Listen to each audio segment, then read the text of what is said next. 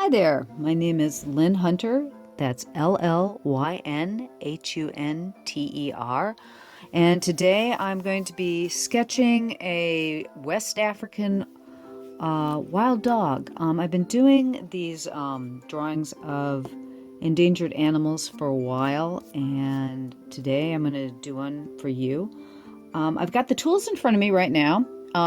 You'll note this is a point sharpener.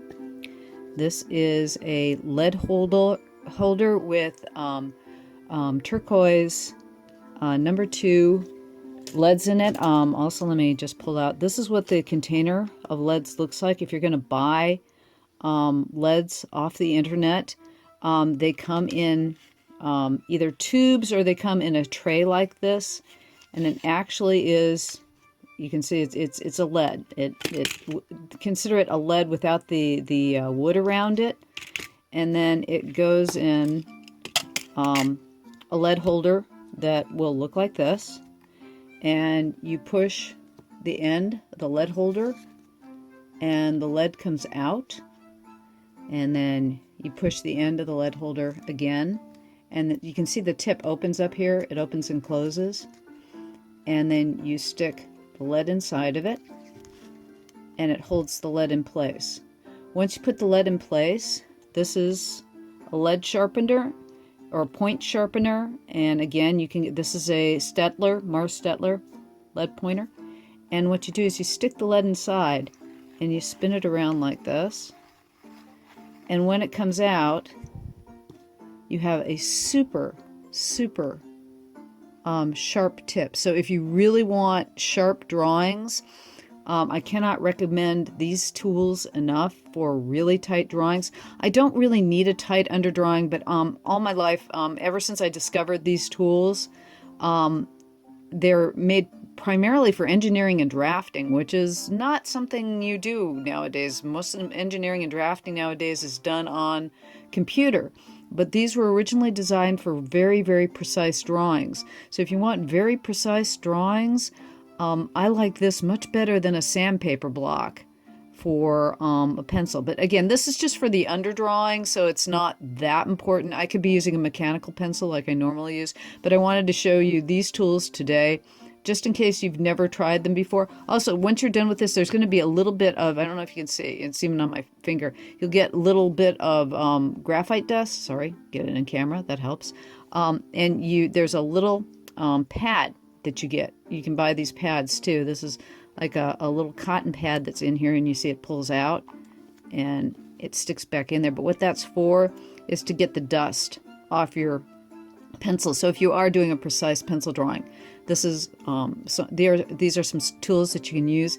Now, if you're going to buy them all together, all of these things together would probably run you between probably around $20 to $30 with, if you're going to buy say a dozen leads for your pencil, because a dozen leads, they're going to run about $1 a piece.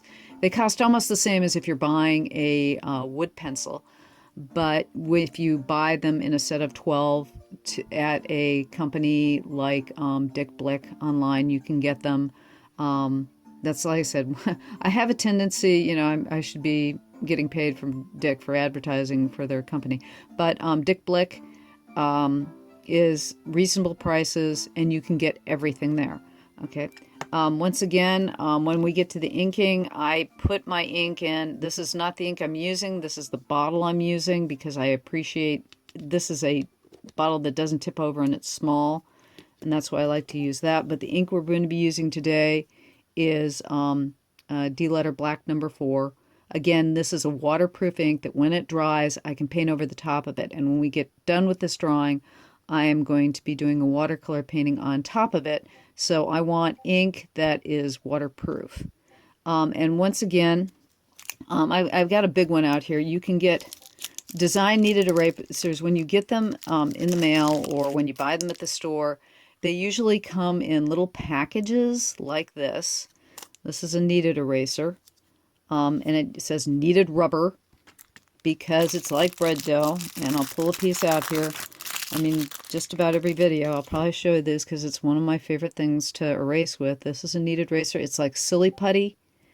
My cat enjoys finding them and batting them around. I lose kneading erasers because, especially if you have a slanted desktop, it really literally is. It's rubber that has been aerated. There we go. So that's why it works like bread dough. In the Middle Ages, I've said this before, they used to use bread dough for an eraser, and I like it because you can get it to a really sharp point and get little details of it. I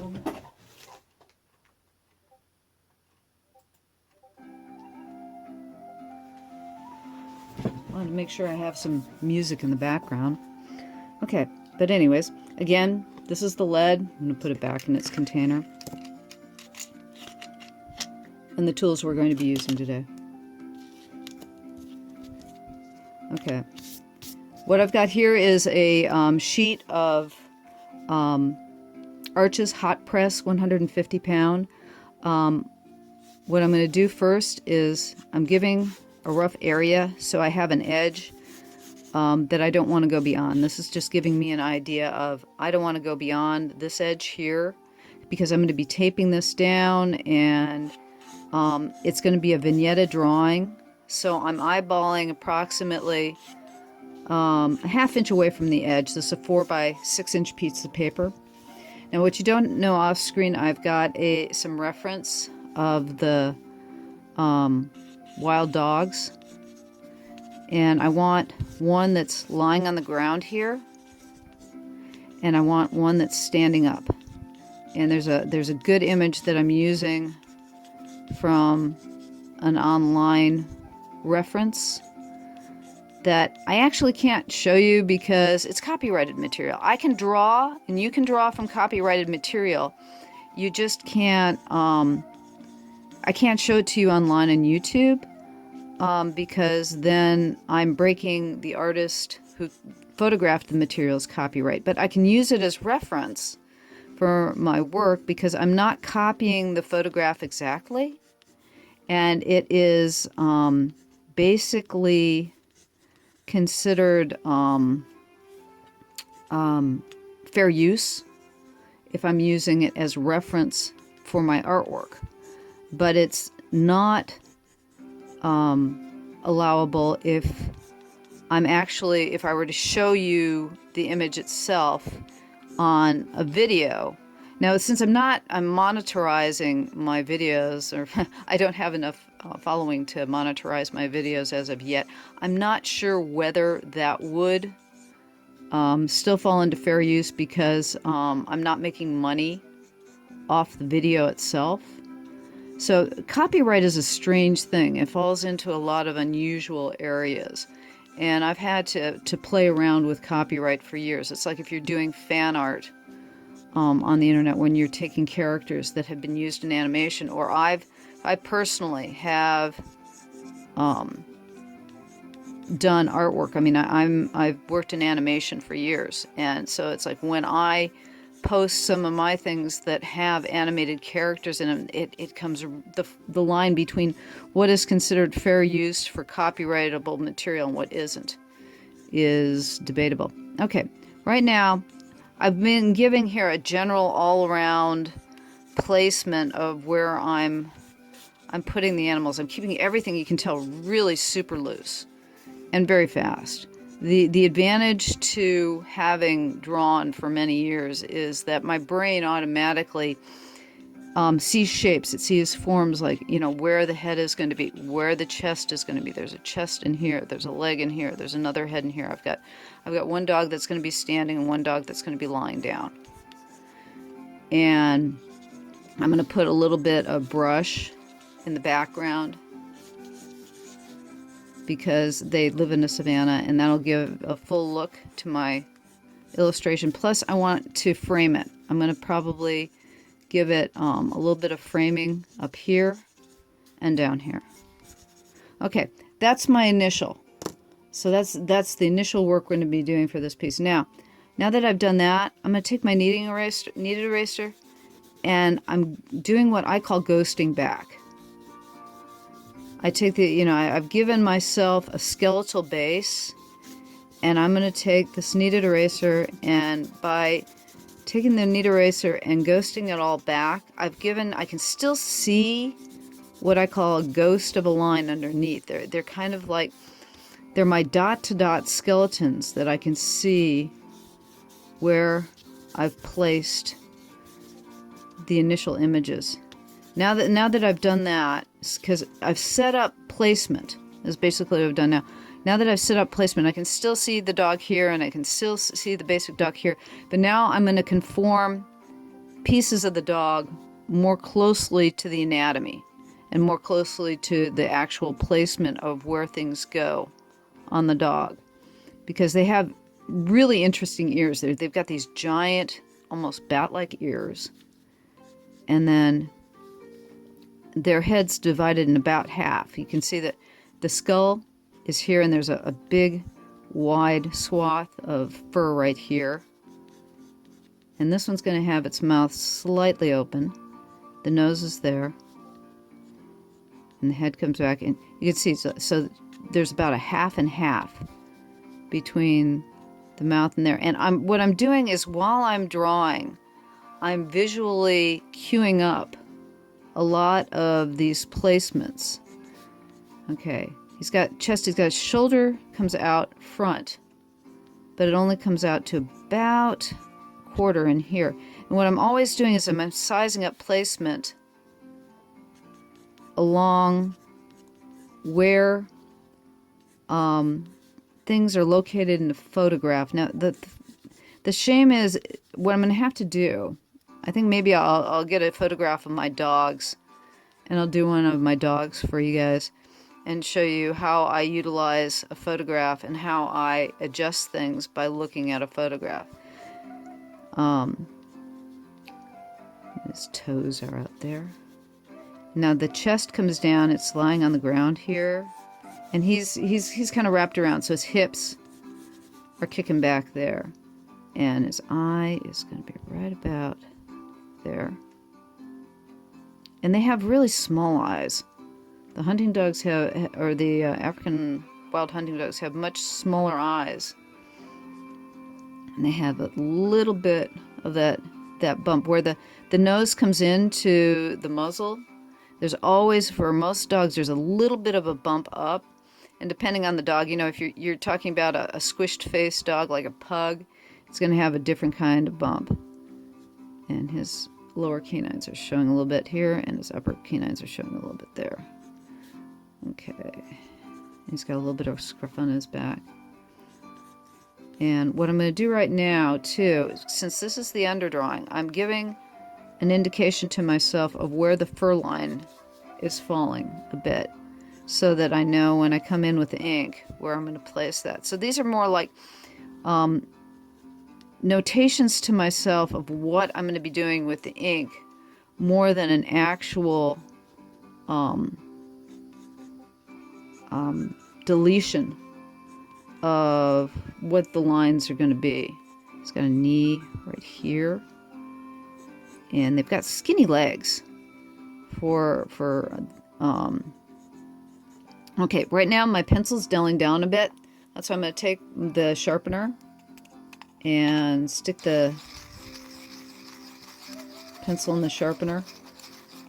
And again, it gets pointed. Throw it in the little cotton thing there. And now you can see. And let's see here if my camera will focus on it. It's like the camera says got a vague focus, but there it is right there. But it's really sharp right now. And so that I can get more detail again, you can tell it's pretty sharp right now. Okay, so I'm going to go back to the dog in the background. And they've got a nice dividing line right down the center of the muzzle. Again, little eyes. And their eyes are bright red too. The thing is, I'm doing the West African, the West African hunting dog. They've got, I guess, 5 subspecies. And of the subspecies, the West African one is the one with a really, really pretty coat. Some of the African hunting dogs, actually, their coats are really mottled and not terribly pretty, But the thing is that they're not terribly pretty because they're supposed to mix in with background. It's the whole point of a coat like this is so that you don't see it.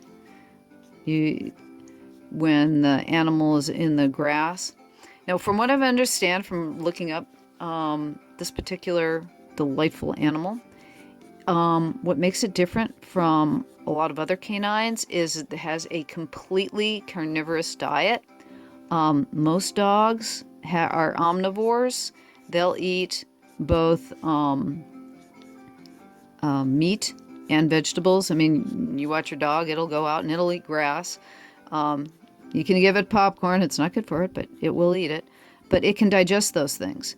This particular dog cannot eat vegetable matter. It doesn't eat vegetable matter. It only eats meat. Very much like a cat. Your cat, if it's eating things that are not meat, actually it's not really good for it. Cats are the same way. They're an animal that has a strictly carnivorous diet. Whereas these guys also, along with being totally carnivorous, don't have a dew claw. In other words, your own pet, if you have a dog, has 5 toes on the front foot. And a lot of times when a puppy is born, they'll remove the dew claw. Hold on here a second.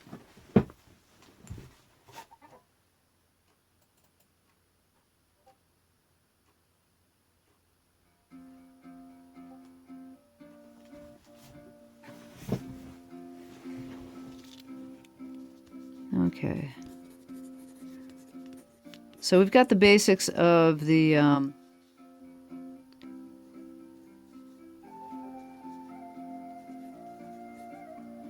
wild dog down right now. I'm going to throw basically some grass in the background. And okay. So that's basically all I need for the underdrawing for this. And that's, like I said, it's kind of giving me my dot to dot of where to go with the drawing. Now we start getting more detailed. I'm going to go again. I'm going to take the kneaded eraser, and I've got a little bit too much graphite here right now to paint on top, or to do the inking on top of. So I will, again, ghost it back.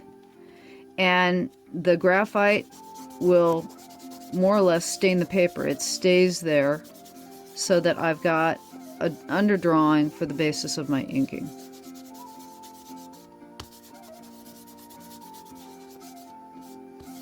And you think, oh my geez, you put in all that labor and now you're getting rid of it. And the point is that I didn't, none of that was done really carefully. Plus, enough of the information is there for what I need for the inking.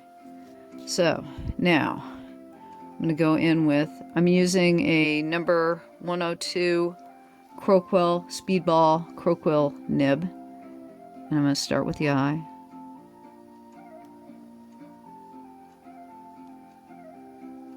Because I like starting with the eyes and the face. It's like, okay, you get the head right, the rest of it will go pretty well. Okay, again, with pen and ink, the best thing to do is always pull away from the nib. And what I mean by that is when you put the point into the paper, you can push away, but drawing the nib toward you or down and away from the point of the pen itself is the best way to pull with the ink. And once you start using pen and ink, you'll get a feel of what that means. I can say it out loud, but there's nothing like starting to use pen and ink and starting to get a feel for what the pen feels like when it hits the paper or when it's bouncing back at you. I mean, it's going to do, with all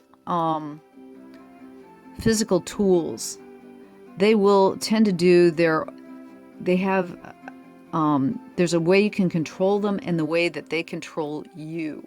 You're not always going to be in full control of your tools. They have a way of setting up their own directions a lot of time as well. And it's getting a feel for whether you like that or not. It's like, I really dislike charcoal. Excuse me. I dislike charcoal for that matter. Charcoal to me is like fingernails on a blackboard. It's very, very harsh, the sense you get when you draw with it. I remember when I first started doing life drawing that I really disliked the feeling of charcoal because of the very scratchy quality it gave. And I have always loved pencil for the dance of the line and the quality of it. Same thing with ballpoint pen. I really love the way the tool responds in my hand. And the thing is with pen and ink, it has a springiness to it. It's made out of the nib itself is made out of steel, and it springs. So the thing is that when you push into the paper, it pushes back. And that is a quality that you can't get with any other tool. And the thing is too, is there are different types of pen nibs that you get will have a different feel to them. Some are stiffer than others. One of the reasons why I like the crow quill is because it is very stiff. And I'll use the Gillot occasionally because it's a little bit less springy, or it has more of a softer quality to the steel, the way it pushes back at you. And it'll give a different kind of line weight too. So when you use different pens, you'll get different line weights, and you'll get different kinds of responsiveness to the nibs. Now, and the thing is that if there's something that's very inexpensive to play with, it's pen nibs. They're not more than $1 or $2 a piece. They're pretty cheap. And the holders are a little bit more expensive. Holders will run sometimes $5 to $6 for a pen holder, depending on where you're getting it. And you usually need like 2 or 3 different kinds of pen holders for the different kinds of nibs. But they're fun to play with, and you'll find the one that you like the best. And if you enjoy working with pen and ink, that's the one you'll stick with. Or what's really nice nowadays, it's like Sakura makes wonderful felt tip pens called microns that I use an awful lot. And their micron pens basically they're felt tips. You don't have to go dipping. They don't have to worry about them drying out on you. They're permanent ink. You can paint with them. I've used them. I use the microns a lot when I'm doing acrylic paintings, and I need a really tight edge. And my attitude is, why use paint when the microns have permanent pigmented ink in them? They will give me the exact pointedness and detail that I want. And I'm using black anyway, so why not use a micron? So I've been using those for, oh Lord, a lot of years. When I'm doing acrylic paintings and I need really detailed lines, I'll use microns. And technically, they're a felt tip, but because they've got pigment in them, it's pigmented felt tip, so it might as well be an ink pen. I cannot recommend microns enough. Sakura Micron, they're great at pens. But again, the reason why I will use a dip pen over a felt tip like the Sakura Microns is, again, you're not going to get a line. The line quality is going to be totally different. It's a different kind of line quality. It's a different kind of responsiveness. What you'll get out of that kind of pen in comparison to this kind of pen is just an entirely different kind of line. And it's like, you can see how I'm dancing. I'm literally dancing with this nib. It's really fun, and you get these delightful thick and thin lines, and it's great for hair. You can tell. I get a feeling of life in the animal that I wouldn't get any other way.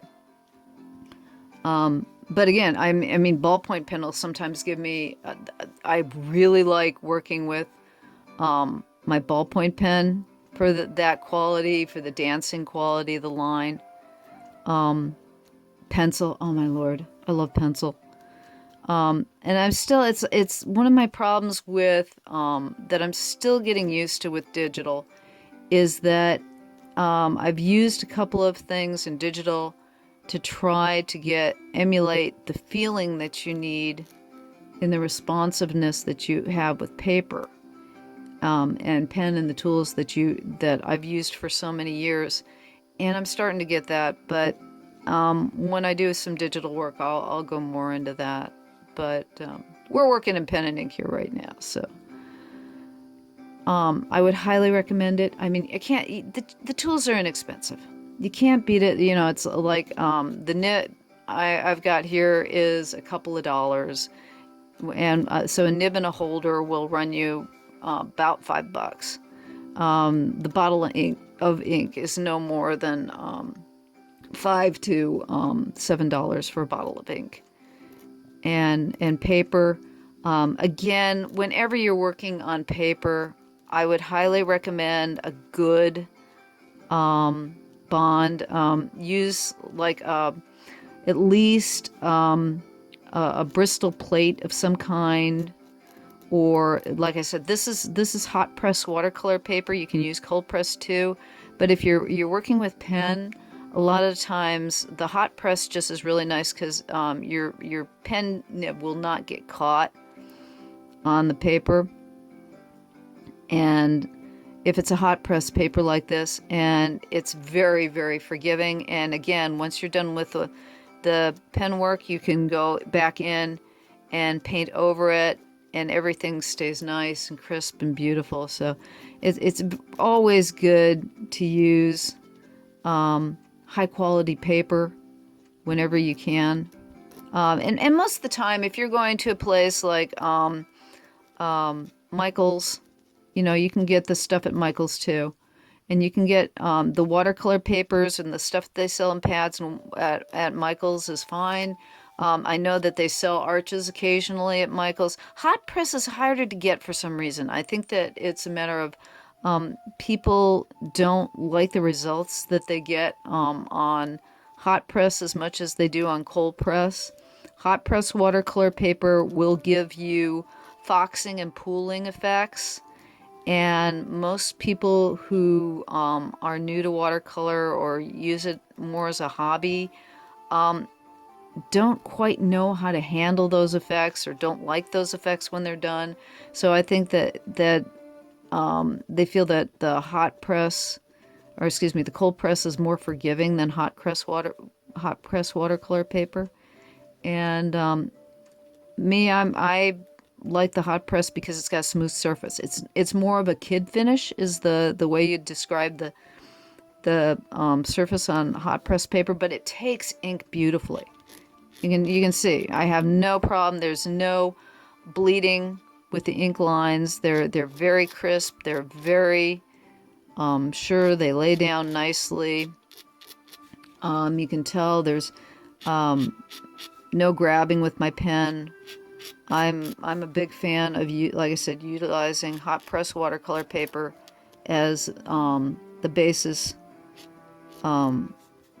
for my finished art on this stuff. Again, because I'm going to paint this. And if you're using, say, a Bristol won't handle the water afterwards. You'll do that nice drawing, and you can do, say, marker with it, because markers your marker will be usually alcohol based. Your best Copic markers. Most people who do use markers know that Copics are some of the best in the respect that they are alcohol based. They won't get you high. They are permanent, and they work on a wide variety of papers. So I'm a big fan of Copic markers. Or Copic, C-O-P-I-C, if you're going to use markers.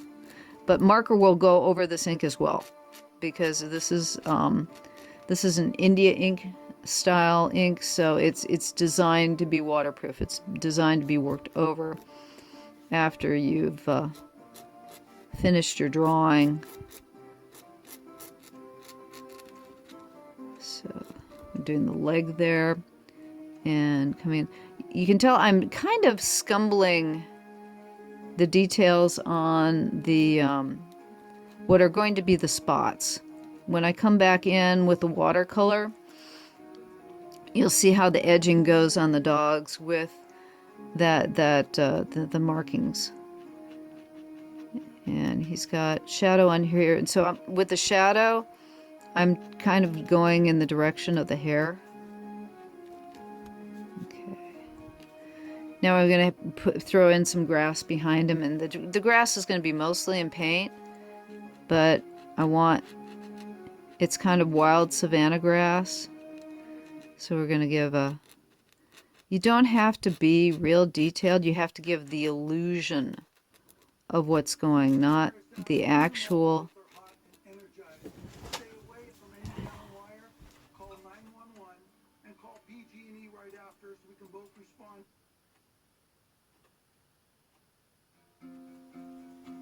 My apologies.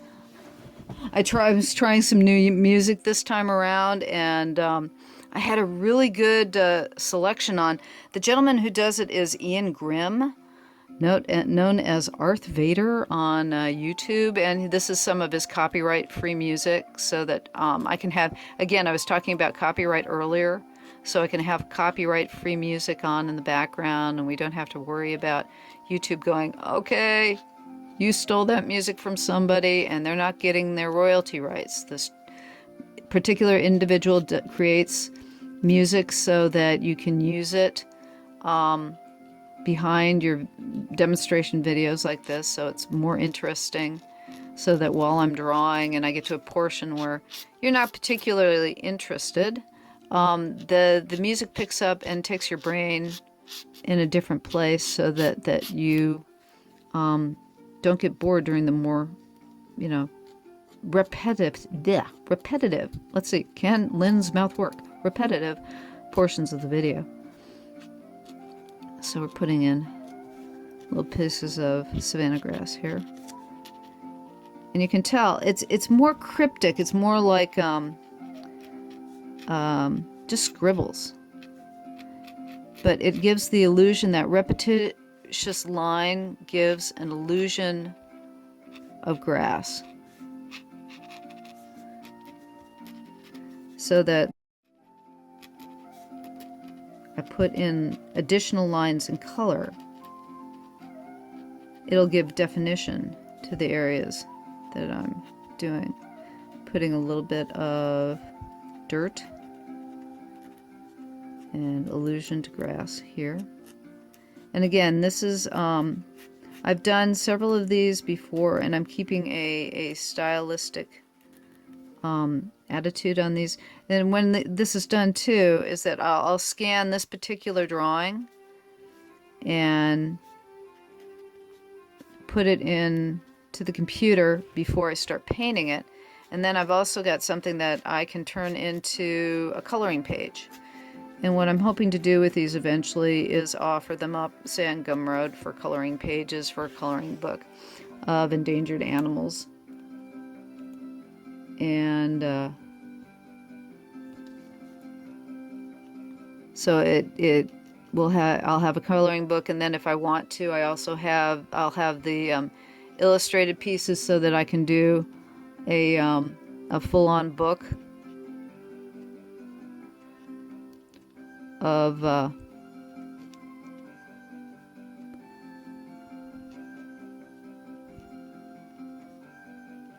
endangered species. And these guys, they live in small packs in primarily Africa.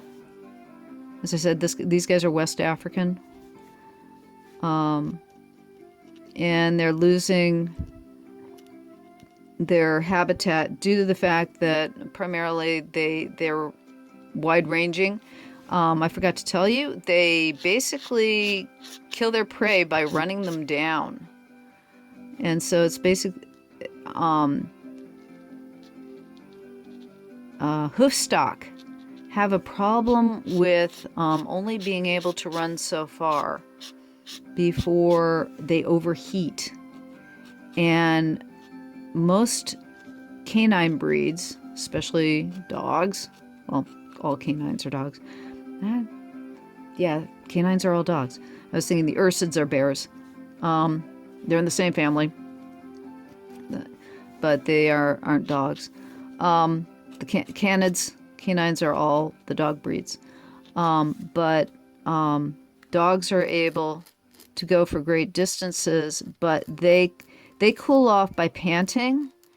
And basically, whereas antelope and ungulates have ability to have great bursts of speed, they basically will overheat. If you keep pushing them and pushing them and pushing them, they will overheat. And that's something that African hunters, human African hunters, have found. That if you can literally chase down an antelope by walking it to death. Whereas that antelope has to rest at some point, humans and dogs don't. And that's one of the reasons why these guys can literally, they run down their prey not by just running them down, but by the fact that they can go further than that antelope can. And they won't overheat. They basically they have the ability to pant. Whereas if you'll know that's why when your dog pants, he's cooling off. Whereas deer and antelope and things of that nature, their panting ability and their ability to cool off their body temperature is not as easy. So they can run like crazy for short bursts of speed. They can get the heck out of Dodge real fast for small periods, but they, after a period of time, they will overheat, and that's when animals like the wild dog will come in and get them. Okay, so that's basically it for the drawing of this particular piece. I'm gonna go around and heavy up the line probably a little bit, do a little bit more detailing. But we're done with this video for now, and when I come back, the next video is going to be painting it. Thanks for stopping by. My name is Llyn Hunter, LLYNHUNTER. I'm on Patreon, and thanks very much for watching.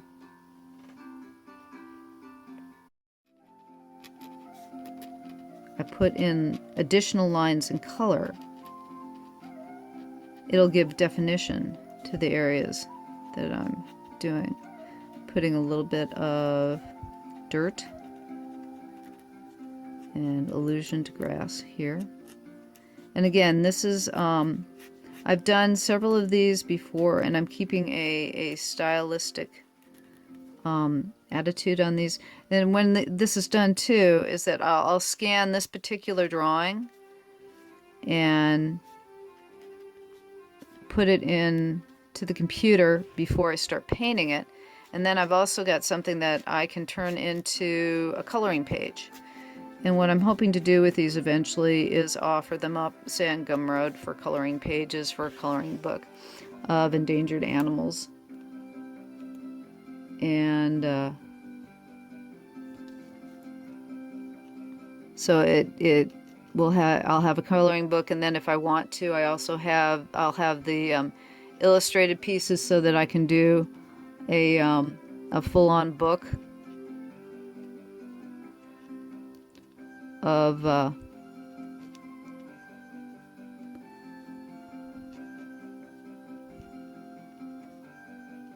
endangered species. And these guys, they live in small packs in primarily Africa.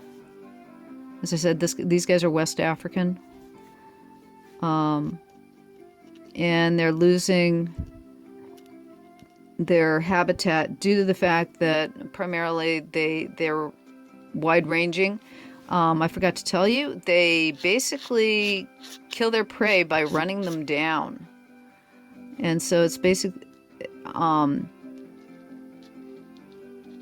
hoofstock have a problem with only being able to run so far before they overheat. And most canine breeds, especially dogs, well, all canines are dogs. Yeah, canines are all dogs. I was thinking the ursids are bears. They're in the same family, but they aren't dogs. The canids, canines are all the dog breeds. But dogs are able to go for great distances, but they cool off by panting. And basically, whereas antelope and ungulates have ability to have great bursts of speed, they basically will overheat. If you keep pushing them and pushing them and pushing them, they will overheat. And that's something that African hunters, human African hunters, have found. That if you can literally chase down an antelope by walking it to death. Whereas that antelope has to rest at some point, humans and dogs don't. And that's one of the reasons why these guys can literally, they run down their prey not by just running them down, but by the fact that they can go further than that antelope can. And they won't overheat. They basically they have the ability to pant. Whereas if you'll know that's why when your dog pants, he's cooling off. Whereas deer and antelope and things of that nature, their panting ability and their ability to cool off their body temperature is not as easy. So they can run like crazy for short bursts of speed. They can get the heck out of Dodge real fast for small periods, but after a period of time, they will overheat. And that's when animals like the wild dog will come in and get them. Okay. So that's basically it for the drawing of this particular piece. I'm going to go around and heavy up the line probably a little bit, do a little bit more detailing. But we're done with this video for now, and when I come back, the next video is going to be painting it. Thanks for stopping by. My name is Llyn Hunter, LLYNHUNTER. I'm on Patreon, and thanks very much for watching.